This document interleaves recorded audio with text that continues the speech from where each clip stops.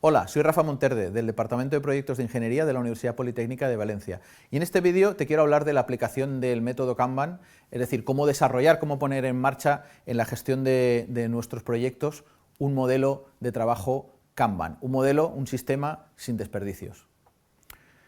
Kanban, uno de los principios fundamentales que rigen su funcionamiento es la limitación del trabajo asumible, es decir, tener calculado bien o estimado en cierto grado de precisión cuál es la carga de trabajo asumible por el equipo que tenemos disponible para el desarrollo del proyecto, cuántas tareas se pueden realizar en un periodo de tiempo determinado, y en este sentido no asumir más trabajo del que realmente tenemos capacidad. Por lo tanto, al final es un método con el cual, además, luego se construyen los conocidos tableros Kanban y todas las métricas, etcétera.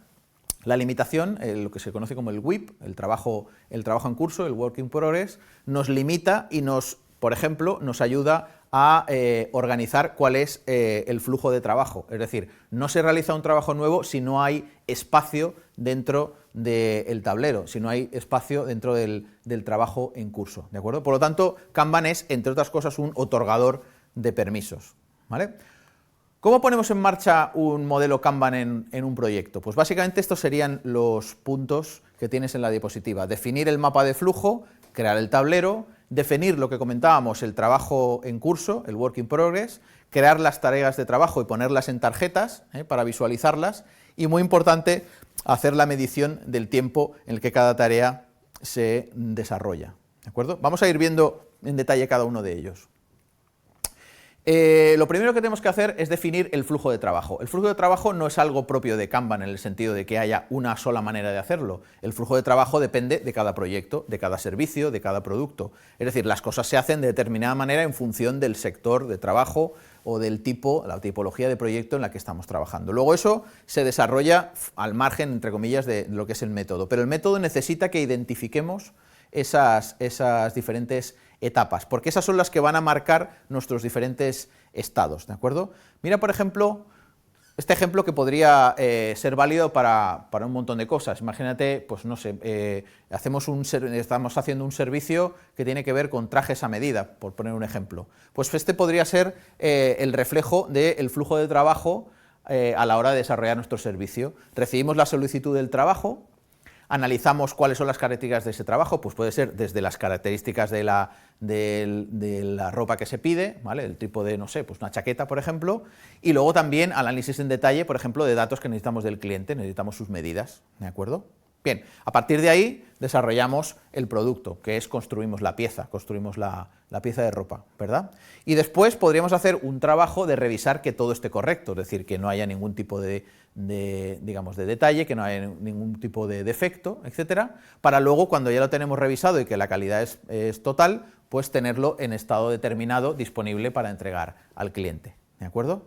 Bien, además de identificar el flujo de trabajo, vamos a identificar también los tiempos, ¿de acuerdo? Entonces, en este ejemplo, pues podríamos tener una serie de tiempos más o menos estimados de nuestro expertise previo en cada una de las tareas, ¿vale? Ese es el punto de inicio. Kanban siempre toma como referencia lo que estamos haciendo actualmente y luego lo vamos a ir mejorando, pero la idea es, en principio, contar con lo que tenemos a día de hoy, ¿de acuerdo?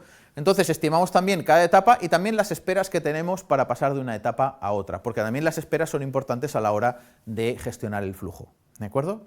Una vez tenemos cada una de las etapas, estos se van a convertir en nuestros estados dentro del flujo de Kanban, ¿de acuerdo? Y eso lo vamos a visualizar en el famoso tablero Kanban. Por lo tanto, el tablero va a tener tantas columnas como estados tengamos, ¿de acuerdo?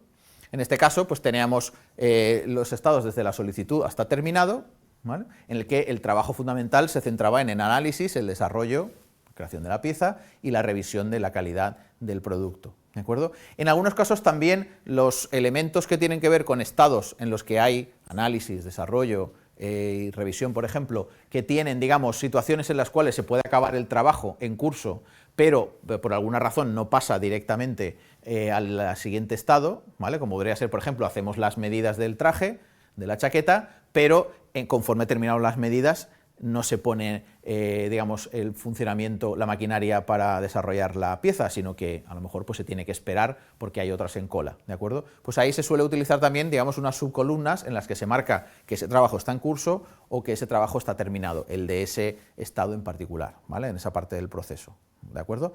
Bien, lo siguiente es limitar el trabajo en proceso. Tenemos que estimar, con la información que tenemos previa, cuántas piezas, cuántas partes del trabajo, cuántas tareas podemos desarrollar de las propias de cada una de los estados, ¿de acuerdo? Eso es la limitación del trabajo o el establecimiento del WIP, ¿de acuerdo? Por tanto, tenemos que estimar cuál es la carga máxima con nuestros recursos que tenemos disponible. Esto nos va a servir para gestionar el flujo y también para identificar cuellos de botella. Fíjate, por ejemplo, que ya podemos ir viendo que si resulta que podemos admitir hasta 5 piezas en el proceso de análisis, pero solo desarrollar a la vez 2 piezas, está claro que muy probablemente vamos a tener una cola en el análisis, es decir, vamos a tener medidas que hemos hecho a los usuarios, pero vamos a tener preparadas las medidas y no directamente vamos a podernos poner a trabajar conforme tengamos las medidas del cliente, sino que algunas de esas chaquetas van a tener que esperar para que haya espacio posible para poder desarrollarlas, porque solo tenemos la posibilidad de hacer 2 piezas por cada ciclo,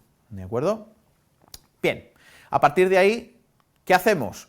Pues tenemos que crear los ítems de trabajo, tenemos que formular, digamos, nuestras tareas, nuestros encargos, nuestras partes de proyecto en diferentes tarjetas, ¿vale? Para poder visualizar cómo van fluyendo con respecto, digamos, al proceso, ¿de acuerdo? Esta es la idea por la cual decimos que en Kanban se visualiza lo intangible, se visualiza el trabajo que se está desarrollando y además el estado en cada momento de ese trabajo, ¿de acuerdo? Entonces vamos pasando desde las solicitudes que tenemos de pedido a los diferentes estados, al análisis, después al desarrollo, después a la revisión, para pasar a terminado.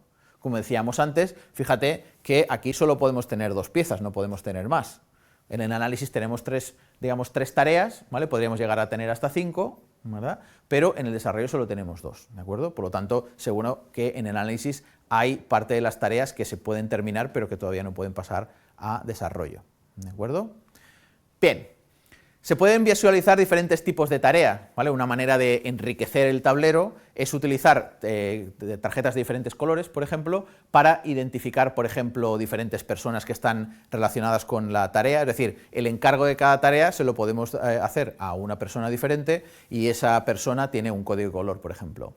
Otra manera, por ejemplo, que es la que plantea Anderson, son las clases de servicio, ¿vale? Es decir, esas tareas, digamos, a qué tipo de servicio se refieren, de qué naturaleza son, ¿no? Y entonces él establece 4 tipos: las estándar, digamos que serían las tareas normales de funcionamiento, aquellas que son especialmente urgentes por la razón que sea, aquellas que tienen una fecha fija, por lo tanto tenemos que asegurarnos bien que el flujo de trabajo permite llegar a esa fecha fija, pueden no ser urgentes pero sí que tienen una fecha determinada, y tareas no funcionales, tareas que no se refieren estrictamente, digamos, al desarrollo del servicio, el desarrollo del producto, del proyecto en particular, sino son tareas complementarias, pues no sé, la adquisición de un determinado conocimiento, herramienta, etcétera, que es una tarea que va a consumir tiempo del equipo, pero que no va, digamos, a servir estrictamente, digamos, a los objetivos directos del proyecto.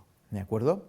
Una manera de utilizar, digamos, el tablero para identificar las tareas urgentes es hacer una especie de fast track, una especie de carril rápido para que las tareas urgentes vayan más rápidas. Entonces lo distinguimos con una digamos, fila aparte de lo que es el tablero, y entonces esa tarea, conforme llega a la solicitud, pues la hacemos correr más rápido por las diferentes tareas del proceso para terminarla, ¿de acuerdo? Teniendo en cuenta que va a sumar una carga y por lo tanto tendríamos que tener en cuenta que, por ejemplo, en la fase de desarrollo o aumentamos la capacidad de trabajo o vamos a tener que sacrificar el trabajo continuo para dar paso en el momento en el que tenga que pasar la tarea urgente, ¿de acuerdo?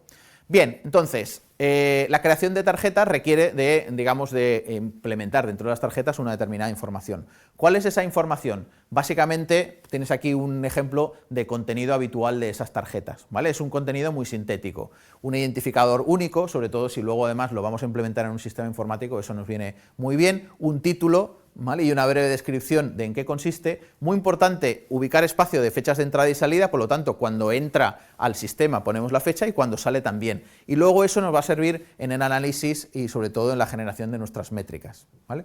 Luego, las personas que están implementando, desarrollando esa tarea, si lo hemos hecho por código de colores, el propio color de la tarjeta ya indica a la persona, ¿vale? Y luego podemos identificar, conforme avanza el trabajo, pues otra información en la tarjeta para actualizarla. Por ejemplo, si existe algún bloqueo, pues en la propia tarjeta identificar ese bloqueo, ¿vale? O identificar dependencias de otras tareas. Esta tarea no puede pasar al siguiente estado porque depende de que se realice otra, ¿de acuerdo? De la cual requiere información o requiere algún tipo de complemento. ¿De acuerdo? Y con esto tendríamos terminado, digamos, la parte, digamos, más básica de lo que sería la implementación de un sistema Kanban dentro de la gestión de un proyecto.